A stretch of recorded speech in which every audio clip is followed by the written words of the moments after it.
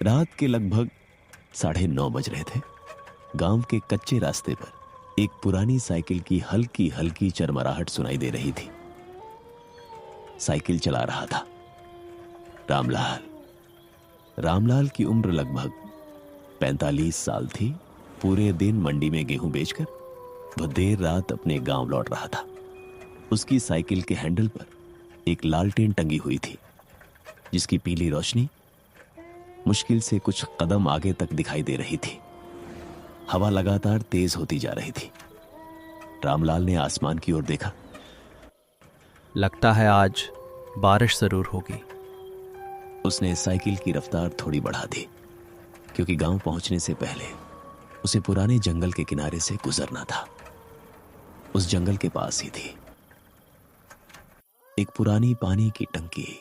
वह टंकी अब कई वर्षों से बंद पड़ी थी।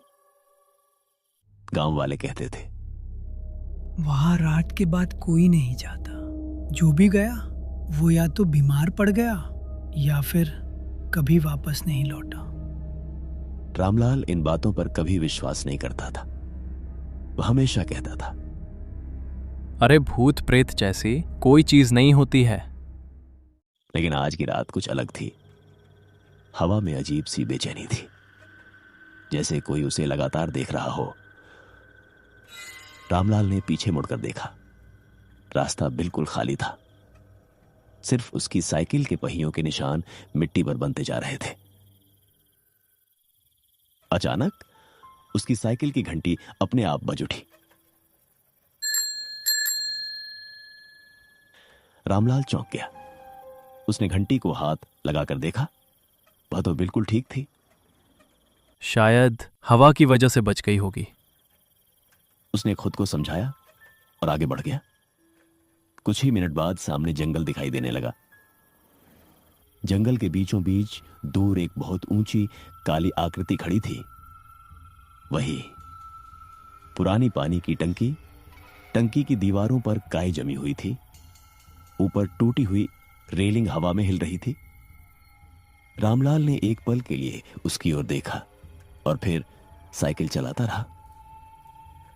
तभी उसे लगा जैसे टंकी के ऊपर कोई सफेद कपड़ों में खड़ा है। उसने आंखें मली, दोबारा देखा। वहां कोई नहीं था। शायद थकान की वजह से भ्रम हो रहा है।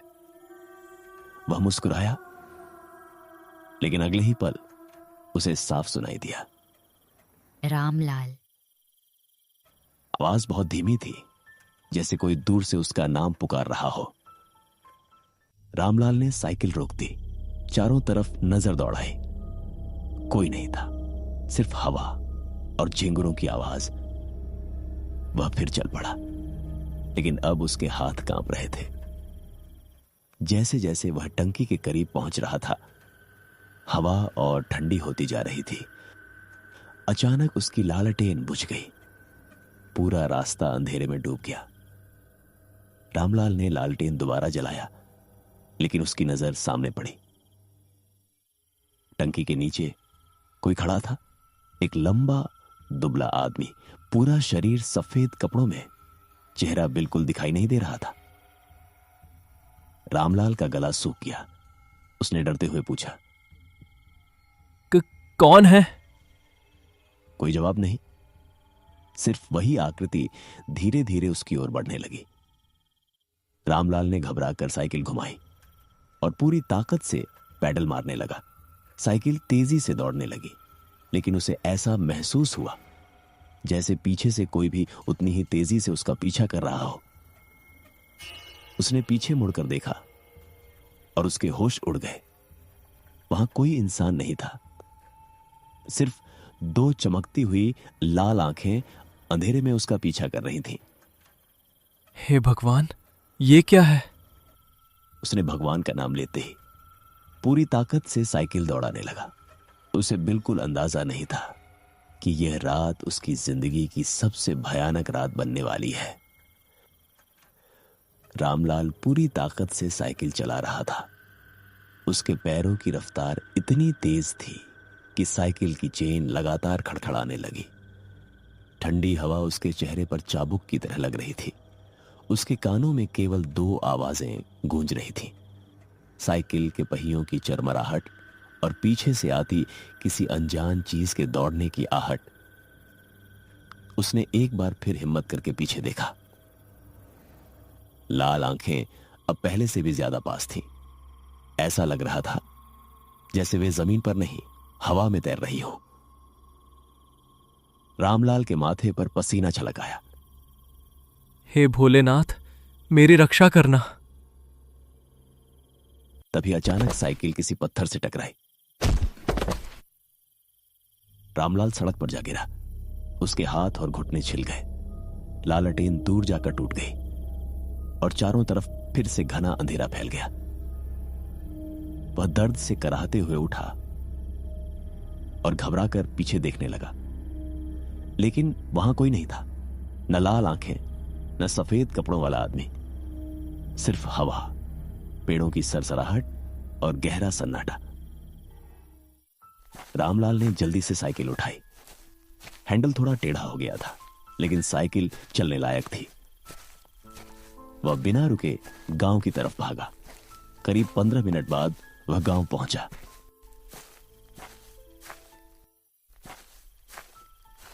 उसके घर के बाहर उसकी पत्नी गीता खड़ी थी। अरे, इतनी देर क्यों हो गई और ये हालत कैसे हो गई?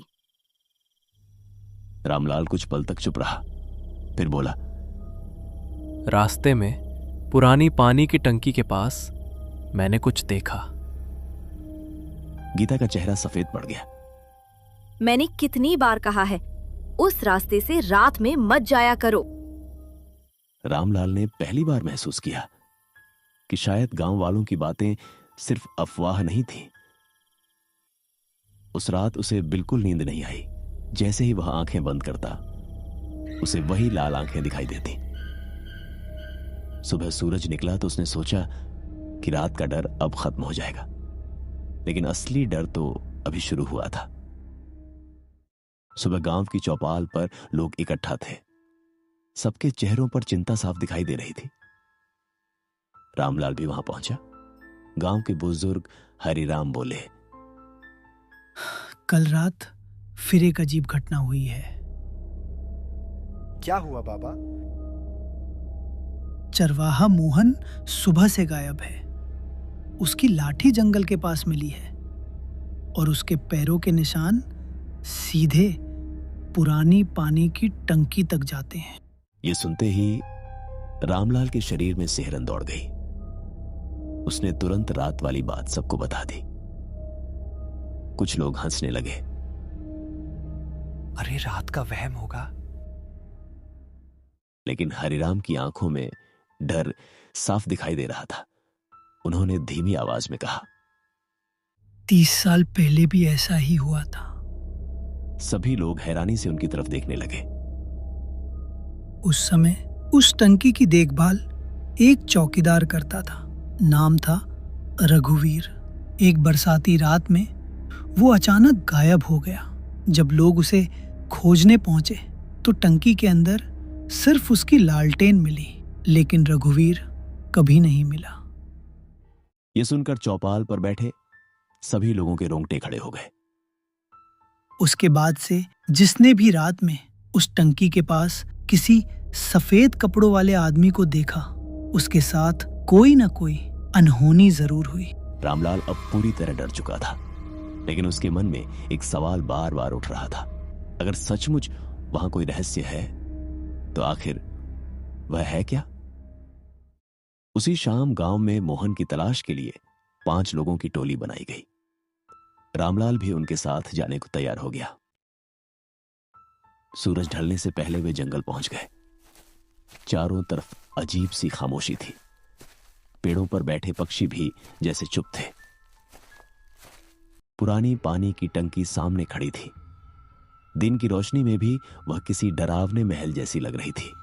उसकी दीवारों पर मोटी काई जमी हुई थी। लोहे की सीढ़ियां पूरी तरह जंग खा चुकी थी।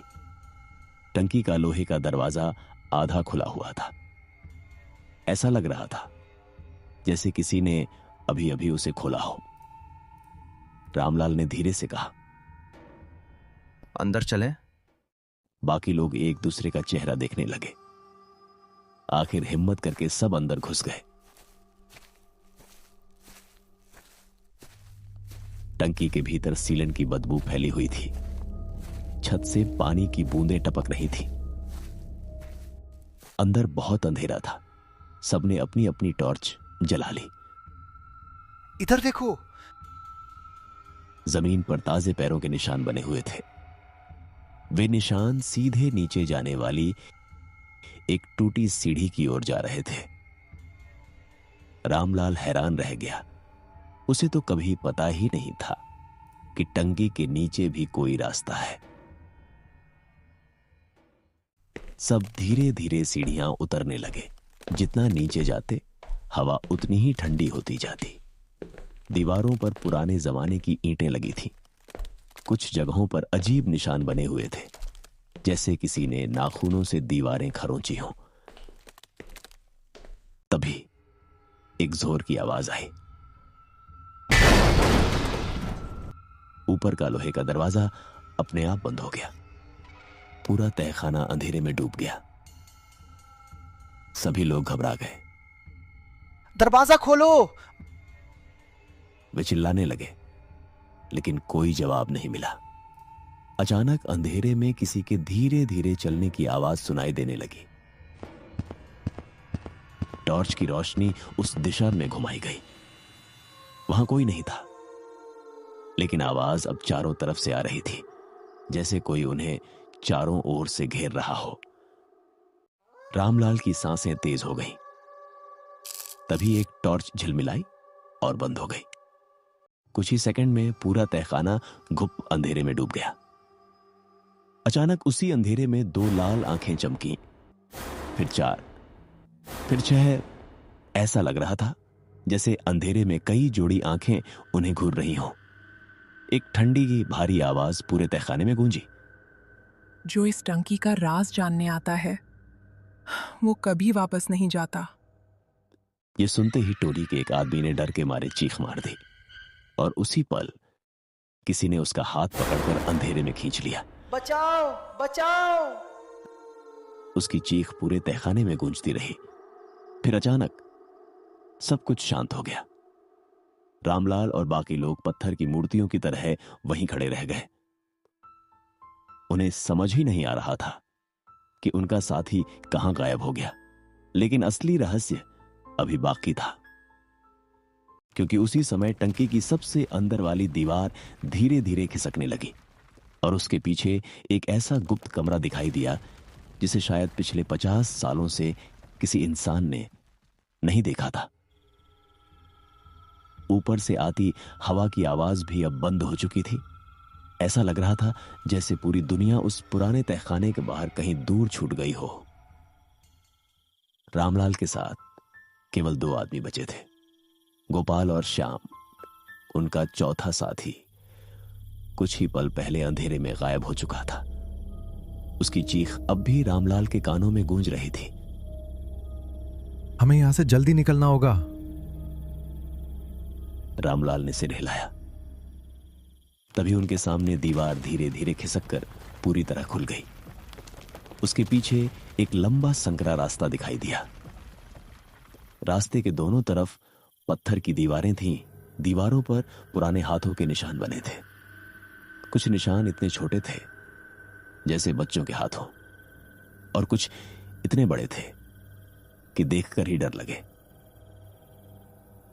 श्याम ने टॉर्च आगे की। रास्ते के अंत में एक कमरा दिखाई दे रहा था। कमरे के अंदर हल्की पीली रोशनी चमक रही थी। रामलाल हैरान रह गया। यहां बिजली कैसे हो सकती है? तीनों धीरे धीरे उस कमरे की तरफ बढ़ने लगे।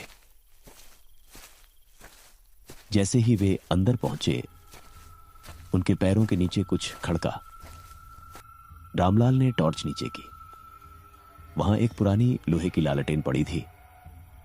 लालटेन पर धूल की मोटी परत थी, लेकिन उसकी बाती जल रही थी। रामलाल ने उसे उठाया। उसी समय कमरे के कोने से एक आवाज आई।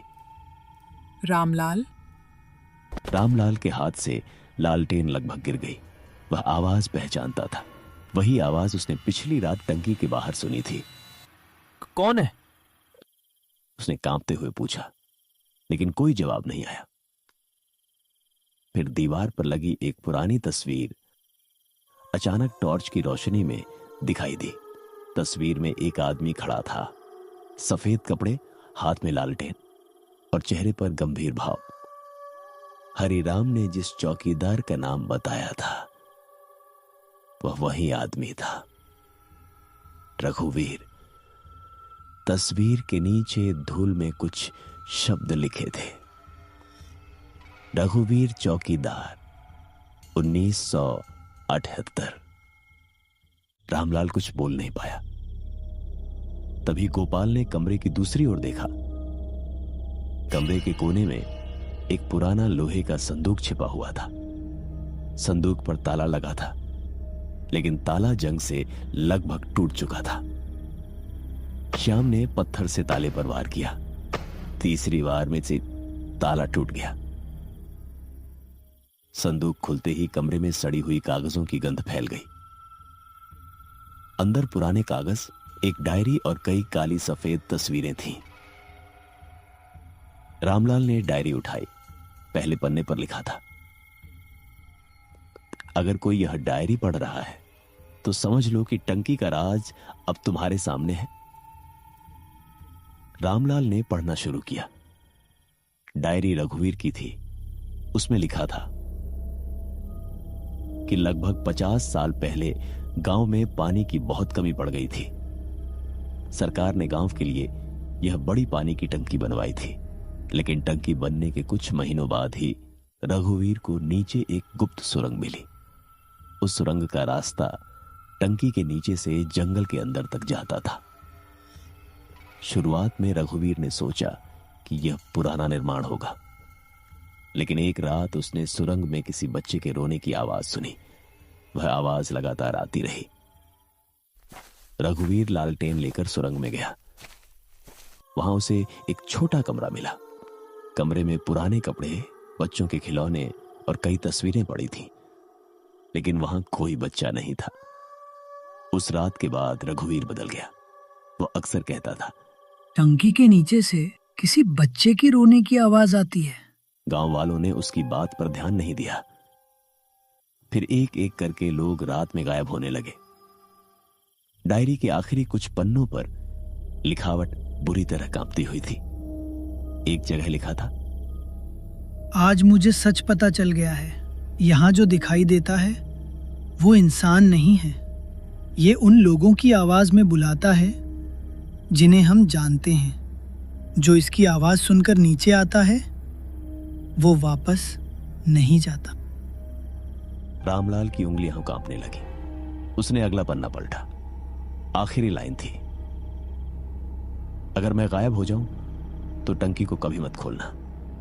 नीचे जो है उसे बाहर मत आने देना। डायरी वहीं खत्म हो गई। कमरे में अचानक ठंडी हवा चलने लगी। लालटेन की लौ जोर जोर से कांपने लगी।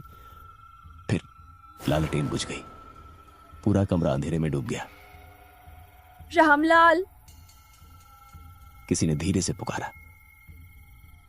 रामलाल ने आंखें बंद कर लीं। यह आवाज उसकी पत्नी गीता की थी। रामलाल मुझे बचाओ। रामलाल का दिल जोर जोर से धड़कने लगा। मत सुनो, ये तुम्हें बाहर बुला रही है। लेकिन आवाज और तेज हो गई। रामलाल, मैं यहां हूं। अब आवाज बिल्कुल पास से आ रही थी। रामलाल ने टॉर्च चलाई। कमरे के दरवाजे पर एक औरत खड़ी थी। सफेद साड़ी, झुका हुआ सिर, लंबे बाल चेहरे पर पड़े हुए।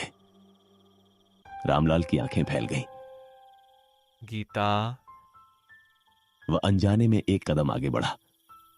रुक जाओ, आगे मत जाना। औरत ने धीरे धीरे अपना सिर उठाया। उसका चेहरा दिखाई दिया। चेहरा नहीं था, सिर्फ काली गहरी खाली जगह। रामलाल पीछे हट गया। उसी क्षण वह आकृति चीखने लगी।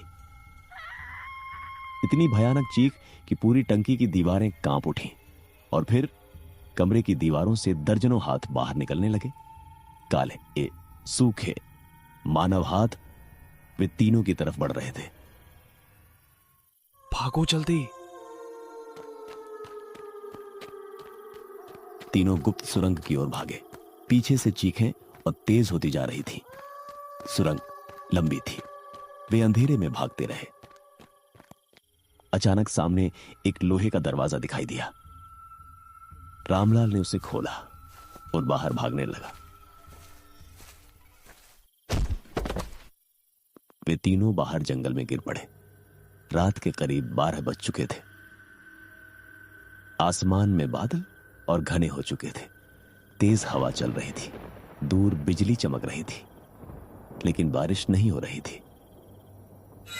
रामलाल ने पीछे देखा। पुरानी पानी की टंकी अंधेरे में खड़ी थी। उसकी ऊपरी में वही सफेद कपड़ों वाला आदमी दिखाई दे रहा था, रघुवीर। वह चुपचाप उन्हें देख रहा था। रामलाल ने हाथ जोड़ लिए। हमें छोड़ दो।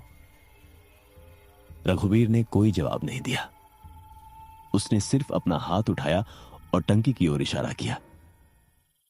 रामलाल ने टॉर्च से देखा। टंकी के नीचे एक जगह जमीन फटी हुई थी। वहां से काला धुआं निकल रहा था। हमें इसे बंद करना होगा। तीनों दौड़कर टंकी के पास पहुंचे। उन्हें डायरी में पड़ी एक बात याद आई। रघुवीर ने लिखा था कि उस सुरंग को बंद करने के लिए टंकी के पुराने मुख्य वाल्व को बंद करना जरूरी है। मुख्य वाल्व टंकी के पीछे था, जंग लगा हुआ। रामलाल ने उसे घुमाने की कोशिश की। वाल्व हिला तक नहीं। गोपाल और श्याम भी मदद करने लगे। तीनों ने पूरी ताकत लगाई। तभी टंकी के अंदर से जोरदार धमाका हुआ। पूरी जमीन कांप गई। वाल्व अचानक घूम गया। उसी क्षण टंकी के अंदर से एक भयानक चीख निकली। आसमान में बिजली चमकी और पहली बार उस रात तेज बारिश शुरू हो गई। बारिश इतनी तेज थी कि कुछ ही सेकंड में सब भीग गए। टंकी की दीवारों पर बनी काली परछाइयां धीरे धीरे गायब होने लगी। सफेद कपड़ों वाला रघुवीर भी धुंधला पड़ने लगा। रामलाल ने उसे आखिरी बार देखा। उसके चेहरे पर पहली बार शांति थी। फिर वह बारिश के पर्दे में गायब हो गया। कुछ मिनट तक तीनों वहीं खड़े रहे। कोई कुछ नहीं बोला।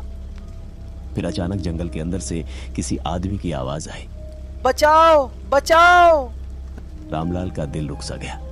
यह आवाज उनके उस साथी की थी जो तहखाने में गायब हुआ था। वो जिंदा है। गोपाल उसकी तरफ दौड़ने लगा, लेकिन रामलाल ने उसे रोक लिया।